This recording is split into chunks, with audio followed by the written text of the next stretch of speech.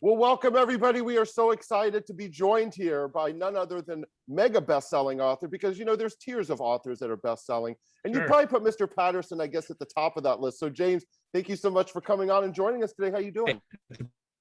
Very nice. We are going to be speaking here with your follow-up. Now, it's not a sequel, but it is your follow-up book with, of course, President Clinton, and this is The President's Daughter that we are going to be speaking about today. Of course, the first one was The President is Missing, but The President's Daughter just came out. And give us a little bit about what you got going on in this one, because boy, it starts off with you just igniting the villain right into the page, and then it runs from there. Yeah, that's what we do. Yeah. Well, the first one, The President is Missing, that was a president in office. And, what separates the books that I do with President Clinton from the others is, you got it right from the horse's mouth. So the authenticity, if something happened, and it's hard to say that anything wouldn't happen in this day and age the way we're going, but if something happened, this is the way it could happen.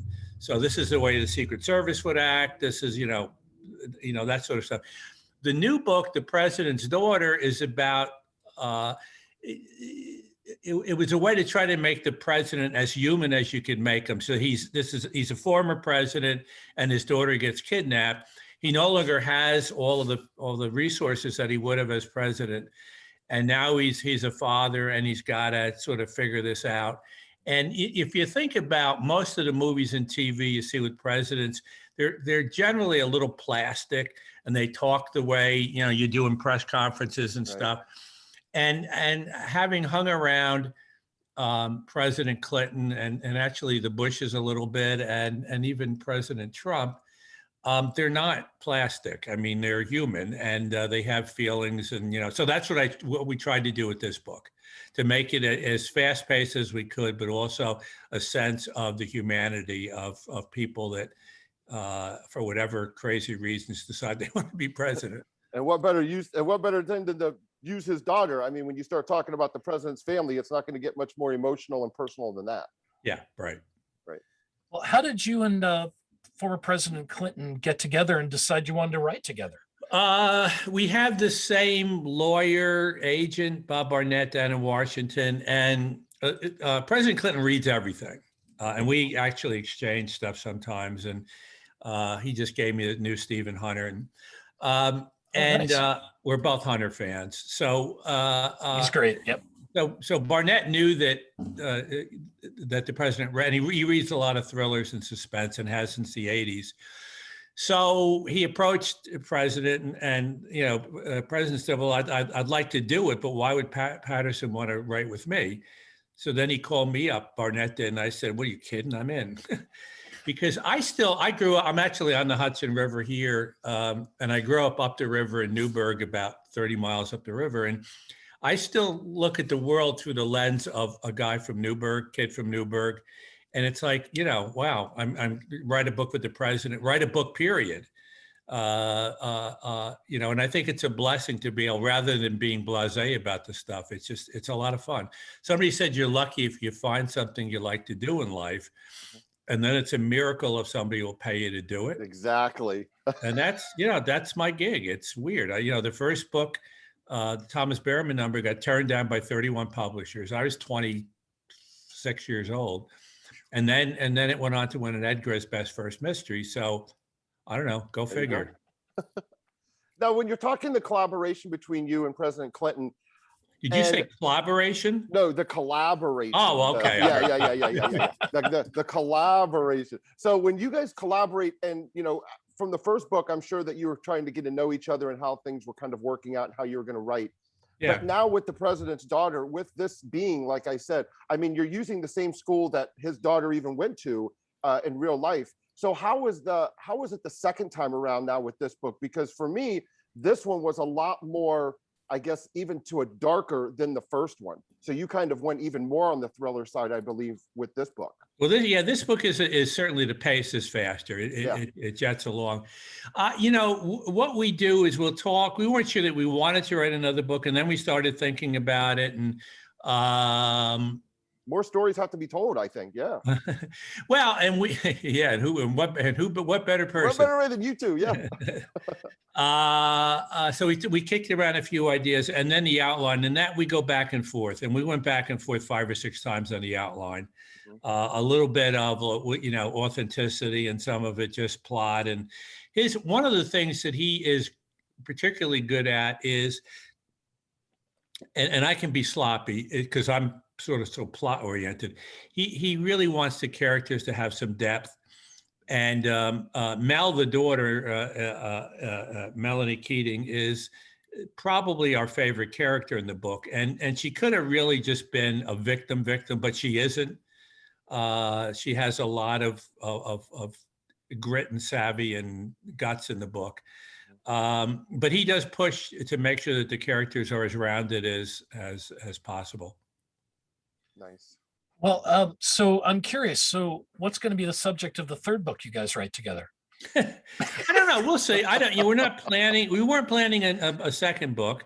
So we'll see. We'll see what it is. I mean, we've become, one of the reasons we want to get, we've sort of become pretty good friends. And he gave me for Christmas Monopoly for Socialists. Yeah. That's funny. Nice. For my birthday before that, he gave me a humidor, and he knows I don't smoke. And so I called him up. I said, what the hell am I supposed to do with this? And I said, do I put in bubble gum or chocolate cigars? And he said, well, definitely bubble gum, because at our age, we got to exercise the gums and stuff, So yeah, bubble gum ones. I miss those from the days of playing baseball. Bubble gum cigars. Bubble gum cigars. Those are the greatest. What I don't miss are the gums that used to come in baseball cards. Oh, yes. With that white crap, whatever the hell they would, and they're red. yeah. They were like, yeah. Have you ever tried to open one now, back from the 80s tops, and still the bubble gum still in there, just to say, what does it taste like? One of the many tragedies of my life is, after I came back from my first year of college, my mother had thrown out all of my baseball cards, all of my comic books, and all of my 45 records. Oh. And that, my goodness. I don't know what that said, but it was not a good thing. Oh, so much great history. I was going to say, you could have doubled your salary just that with those things. I know. Oh my goodness. So when you and former President Clinton were working on this, you mentioned that he focused more on character and you focused more on story. Well, no, he would just push for the character thing. I'm sorry, but go ahead. Yeah. Oh yeah, no. So I'm just curious, when you decided to do this in the first place, starting with the first one, what sort of came first? Was it, the fact it's a president, or was it the plot that you came up with? I think some of the plot and the fact that it just seemed to make sense to write about a president. We didn't have to, but it seemed like a smarter thing to do, whatever. But I think at least some of the story, or the idea for the story, and even back then, the cyber terrorism thing to us was, it hadn't been written about enough. And it's a very scary book. The President is Missing. And we're hearing a lot about it lately, but way back when he was president, it came up and it was a big issue. And he actually was one of the first that tried to push, the country toward more security, and it worked for a while. And then, a new president comes and, that's not that important, really. Maybe it is. Yeah. Right. Yeah. So you saying that you didn't even know you're going to write a second book kind of answered the question, because I was curious as to why you guys didn't try to do like a series character instead of just doing standalone. So that was the thought behind, you were going to do the one book. And that we didn't really think, we just thought about one book. Right. That was all we were thinking about. And then when we started thinking about the second book, it was useful that the second president have a military background. Mm-hmm. So that got rid of the first guy. The first guy. But now, do you have any plans to keep this as a series, or is it going to be, if you do book 3? I don't know. We really haven't talked about it, or we'll see what happens. Right now, we're just kind of like, out here getting accolades and stuff, and enjoying it. That's a big. Yeah, I tell you what. It's an interesting thing. A long time ago, I was on a panel, and Dan Brown had just put out the Da Vinci Code. And it was just starting to really become a big deal. And I remember it was like a lunch break or something, and I wandered over to his chair, and I just said, this may sound stupid, but enjoy it. And I don't think he was. I think he was worrying about the next book and, you know, the next review or whatever the hell it is. He looked at me like I was crazy. And, you know, but I maybe in my first book, I would have looked at somebody the same way. My first book, I told you got turned down by all these publishers. I then was nominated. So I get this phone call. I'm working. And this woman says, I'm with the Mystery Writers of America. And your book's been nominated for an Edgar for Best First Mystery. And she gave me the date and I said, oh, gee, I can't come. So I don't remember what the heck was going on, but I said, I can't go. And she's like, oh, no, you got to come. You've been nominated. And I said, as I said, I'm really sorry. And she said, you've got to come. You won. So I said, okay, I'm coming. I'll do my best. But I remember when I got up, actually, so I get there and I went with my parents. And because I was still like a little baby in New York, and I'm sitting there and I'm going like, I wonder if she lied to me to get me there. You know what I mean? So I'm still like a little like, and then when I won, and I don't know why I didn't prepare anything, but I didn't. And I got up there and all I said was, I guess I'm a writer now, which is weird. Because previously, I mean, if you would tell somebody you're a writer, okay, I was living in New York. What are you doing? Well, I'm a writer. Oh, what have you published? Have I read anything? I haven't actually published anything. They look at you like you're nuts. Like, what do you mean you're a writer? Yeah. You haven't published anything? So that was a little bit of, I guess I'm a writer now. It was like, okay, I guess this is real, And then you Alex Cross is coming out again later this year in November. You have him coming out. Yeah. Talk a little bit about just out of curiosity, the start of Alex Cross. What the next was it about? Book, actually, for if there's anybody listening, I'm sure there are. There's some. I'm kidding. The Noise is the next one with J.D. Barker. That's a really good one. You always hope they're going to turn out well.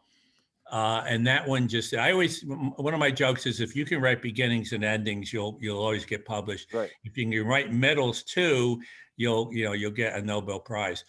This one, it's not going to get a Nobel Prize, but it's got a really good beginning. The middle is great. It's all twists and turns. And it's just one of those books where it's like right from the beginning, you're going like, what the hell? I got to know what this is all about. And it's this incredible noise that's sweeping through the Northwest, and it hits this little town of a few hundred people, and they're gone. And you're like, okay, and it's very credibly written and everything, and it's believable, and you're going like, okay, what the hell's going on here? What is this? So you're hooked and you're hooked and you're hooked. And you know that if at the end it's freaking aliens, that you're gonna give it like half a star on Goodreads and everything, but it's not aliens. But so in other words, there actually is a cool reason and lots of twists and turns in a way. So I love that. And, you always hope they're all going to turn out good. And a lot of times they don't, but, it's like with The President is Missing. They were shooting for like 6 days, and this was COVID, and they called it off, and then they started losing their actors. So they basically canceled the thing. But I was partly happy because I didn't really like the script and everything. So I was like, now it's going again. Okay. And we'll see what happens. So we're both, the president and I, both excited. So good. We're going to get a script this month. And it's going to be movie, or is it going to go to streaming, or do you know that yet? I don't know. Okay. I don't know. I know that the guy who Joe Roth, he's a really good producer, and so I'm hopeful. I'm thinking major. I'm thinking it'll probably be motion picture release. I don't know. What it'll be, yeah. Wow. So I was going to say, I'm the co-executive director for Thriller Fest for International Thriller Writers, and I work with JD a lot, and he told me the same exact thing you did. Why? that the noise was amazing. So I cannot wait to read it. So cool. Yeah, we actually had a very famous writer read it who loved it, but he said, I can't quote for Patterson. Whatever. Quote for JD then, come on. Really. JD Exactly. Barker, Yeah, fuck that. I wouldn't run that.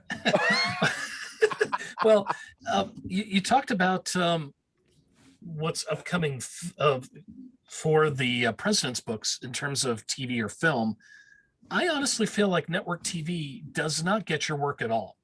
Every time I see, No. you know, Oh, no. And the film stuff. I mean, look, you can't argue with Morgan Freeman as an actor. He's great. Right. Kiss the Girls was fabulous. I just wish okay. I just wish Along Came a Spider followed the book a little bit more, because Sanjay was in 2 books. And I will say one thing, the cat scene that you wrote about Sanjay and that cat going in and saying, now I'm in part of your family, was freaking brilliant. And I love that part of that book with Sanjay when he gives him the cat. Yeah. Oh man, that was well, it's interesting out there, you know, in terms of the co-authors and everything. I wrote a book with Lisa Marklund from Sweden. Mm-hmm. And it's curious, like I went over there for the, you know, when the book was launched in Sweden, and there were like 47 interviews. You write a book here, you're lucky if you get like 2 or 3 interviews. But people read over there. You know, that country is like 8 million people. They have books that sell almost 1 million copies. Wow. You know, babies must, I don't know, you know. So awesome. No, but people really read and they ask interesting questions. They'll ask history questions and sociology and algebra, all sorts of shit. But not algebra. And but the one question that they all had was how could a Swede and an American ever get together? And, you know, because they had, you know, the car thing didn't work with the US and Sweden, you know, whatever. Mm-hmm. So and what we said was there were 2 things, and one is mutual respect, and the second thing is listening. You actually listen. And in general in Hollywood, I found that they don't listen at all. No. No. That's probably why I haven't seen Michael Bennett then, because I'd love to see him as a series Michael, you know, especially as but I agree with you. None of the stuff. We did a kids movie, middle school, the worst years of my life. I thought that actually was decent, pretty good. And that's about it. I mean, Kiss the Girls, okay, you know, could be worse. I thought Kiss the Girls you got Morgan. Great. It was okay. Yeah. It was okay. I just thought they could have done much better job with these 2 serial killers cooperating. It's kind of a cool idea. It hasn't been done much or whatever. And I thought there was a lot richer thing. I mean, you know, Mike Connolly, I think, I mean, partly he's good, but partly he's been lucky, like with Lincoln Lawyer. Well, I thought that turned out really well. You know, good casting and a good screenplay and everything. Yeah. But, you know, it always bugs me that I'd like to get one where I go like, ooh, that was good, man. I really like the way that turned out. Well, I mean, you have these series like Bosch. Yeah, but like, why can't I think Bosch is, I mean, Bosch, I thought started a little logy, but I think, you know, I'm addicted to it. So. Yeah. And so you just look and you say, well, why can't Alex Cross kind of have the same thing? Because he is such a dynamic character. We're actually developing with Amazon right now. I don't know what's going to happen. Okay. A good screenwriter, showrunner. I don't, you know, TBD. That's true. Fingers crossed. Yeah. Now, no pun intended. So like you said, The Noise is the one that's coming out recently. It's coming out soon, but you do have another Alex Cross that's coming up later this year. Right. So the evolution of Alex has been very, very, very interesting over the years. I mean, just how he's evolved as a character. Can you just talk a little bit about how much he has kind of surprised you in a way that he has evolved into this? Well, I think a piece of it is, you know, he's gotten darker because he's just been through so much, and it makes sense. And, you know, there have been a lot of studies done about police and how that happens to an awful lot of cops. They go in with a certain attitude and approach, and as over the years they get darker, and it's harder for them to maintain, you know, whatever brought them in to become cops. In fact, I did this nonfiction, Walk in My Combat Boots. I don't know if you're aware of that. Yes, I have. You should look at that. That's friggin' amazing. If I've done anything important, it's that, because you know, I did it with Matt Everson. Matt was the actual sergeant portrayed in Black Hawk Down. Oh, okay. And Matt, and I know him from Florida, and he did, I'm going to sneeze, he did the interviews. Oh! Bless you. And he's great, sometimes comes in threes. He's a great interviewer. because he knows the right questions, he knows the right follow-up questions, and the book he did like these 40-page, and then I turned them into these 5 or 6 page nuggets for each one of the, and at the end of it, if you've been there, you'd say, Eversman and Patterson got it right. And if you're one of these people that bullshits about, you don't really know, you don't have a clue, but you like great mysteries about it, you go like, I had no idea. I really didn't understand the military until this book. And we're doing one, actually, we just finished one on emergency room nurses, which will just take that comes out in October. Yeah, it's unbelievable. Yeah. It's so, in fact, we just got this, actually 2 quotes, one from Sanjay Gupta, and this one from Sebastian Junger, the guy who did The Perfect Storm and War, Oh, okay. And it's just this one, you come in and go like, I love this guy. I don't know him, but I love him. I mean, I know his works, but he said, James Patterson's account of the twilight world between life and death that nurses inhabit is one of the most moving things I have ever read. In their own bullet straight words, these heroes describe the pain, the love, and the brutally hard work of trying to save people's lives. I could not stop reading it, and when I was done, I felt like I was changed forever. Wow. Yeah. No, and Sanjay Gupta was similar. It's a mind boggler. Wow. Matt Eversman, he said, I couldn't do more than 1 interview a day because he said they were just too unbelievable. And Cops is as good. We're doing Cops right now, interviews. Okay. And that's as much of a mind blower. I mean, you can imagine right now what Cops are going through. And, in addition to the pure difficulty, and people don't get it. It's like, oh, yeah, they should do their job. Well, you go at 3 a.m. and climb those stairs because of the domestic dispute, and 87% of the people in this town have guns, and going up there, yeah, have fun. It's like, it doesn't excuse things that go wrong, but it's hard. Mm-hmm.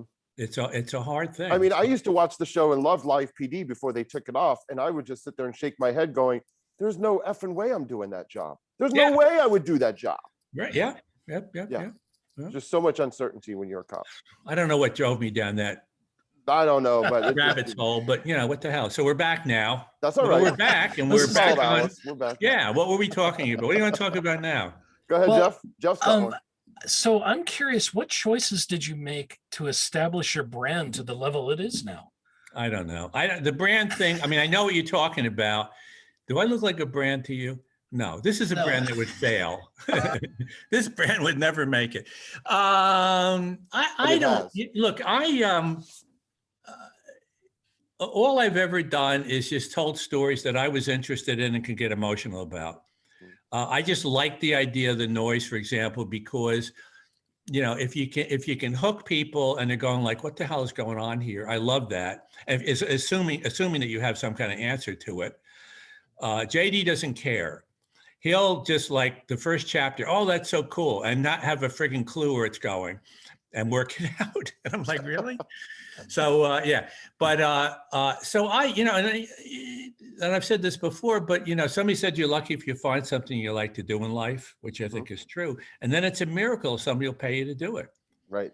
And that's what I tell my daughters all the time. I say, find something that you love to do. And if someone can pay you to do it, that's a home run. Yeah. And worst case, it's your hobby. It's a hobby. Which is okay. That's good. I'm a 220-pound ballet dancer. All right. Okay. It works. Or a jockey. It works for you. It works. You could be a jockey with the poor horse, but it works. Right. A 300-pound jockey. Yeah. Okay.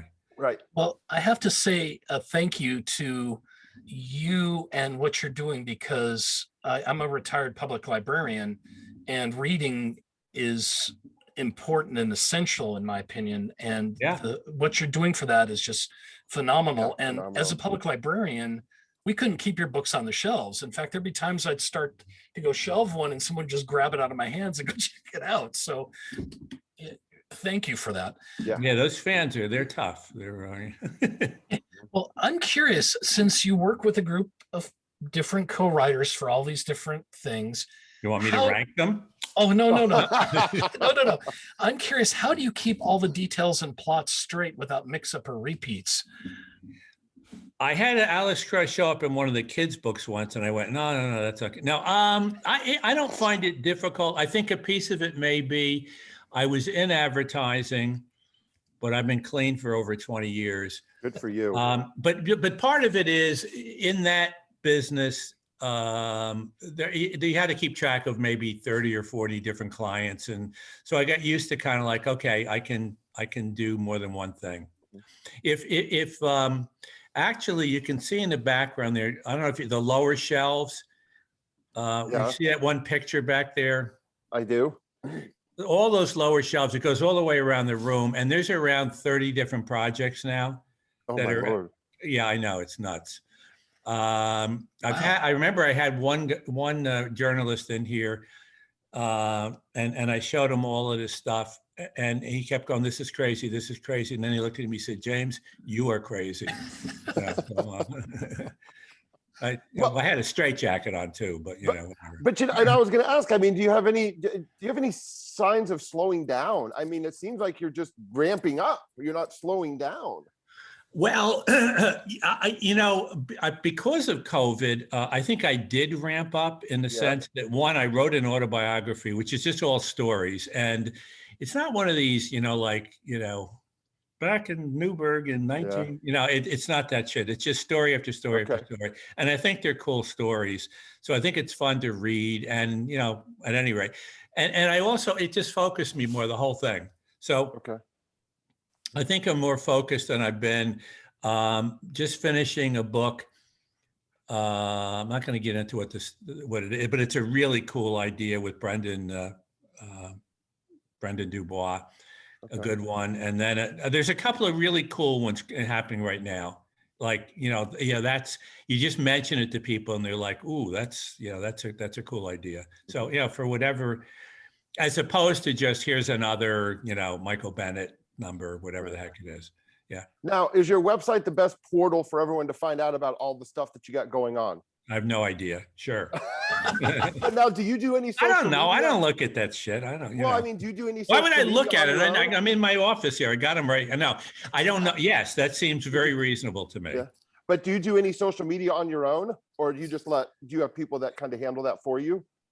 Mostly, I don't have people. Okay. I mean, I do have, writers I work with, and, pages come in and I get on the phone. I mean, it's bizarre. I don't have, the philanthropy. There is no staff. It's mainly, I don't know. I mean, it's not that complicated if you keep it simple. So, True. It's not like there's this staff thing. Okay.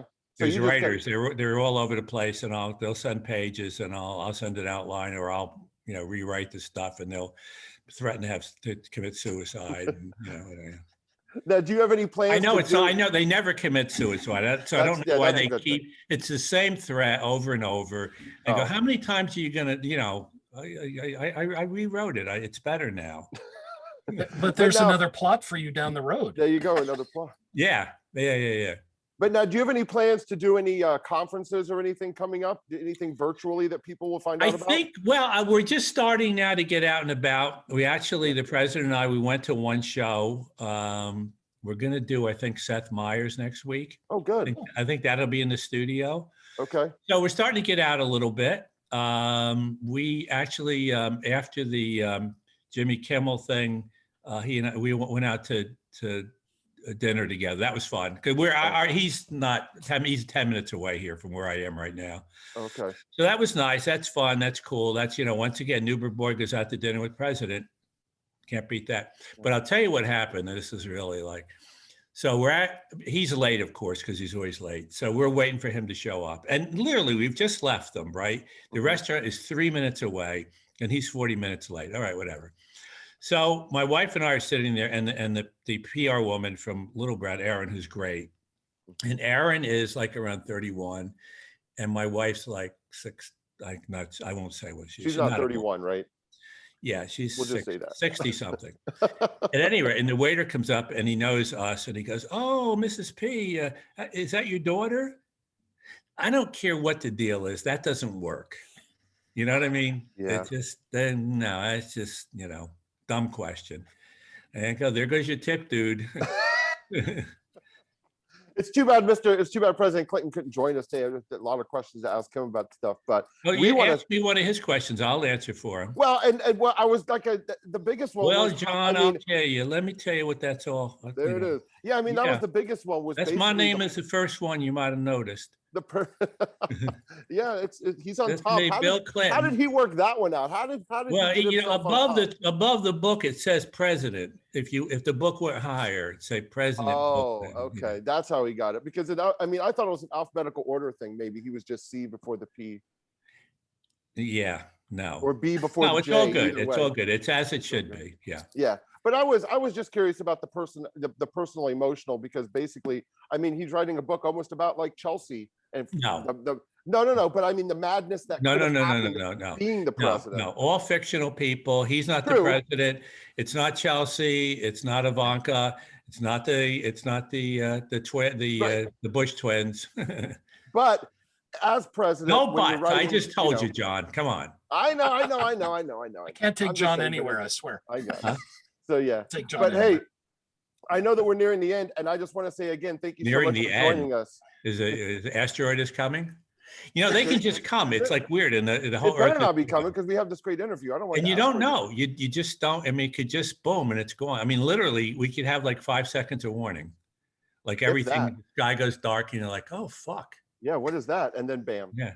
Well, you said approaching the end, but go ahead. We could be. Well, the end of the interview, but But I just want to say thank you so much for joining us. Love. Oh yeah, it's great.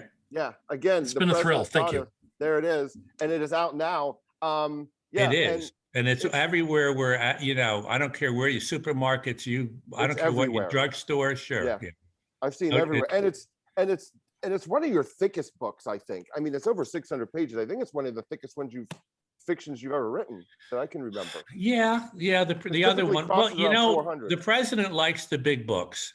You know, his memoir was 1,000 pages. He's doing another one. I think that's going to be 1,000 pages. So, you know, he likes to get people like to get their money's worth. But, you know, I'll tell you what, it is big. But everybody says, not everybody, because I don't know where you guys would come out, but most people go, it's a freight train. How do you do? That's what I said. Yeah. Yeah. I mean, and that's hard for a long book like that. Relatively. Yeah, you amped it up. You did. You amped up. This pace is faster than the first one. Yeah. But without a doubt. So yeah. But hey, again, thank you. It's been such a pleasure to talk to you. And Jeff, there were books after Cradle and all. I know.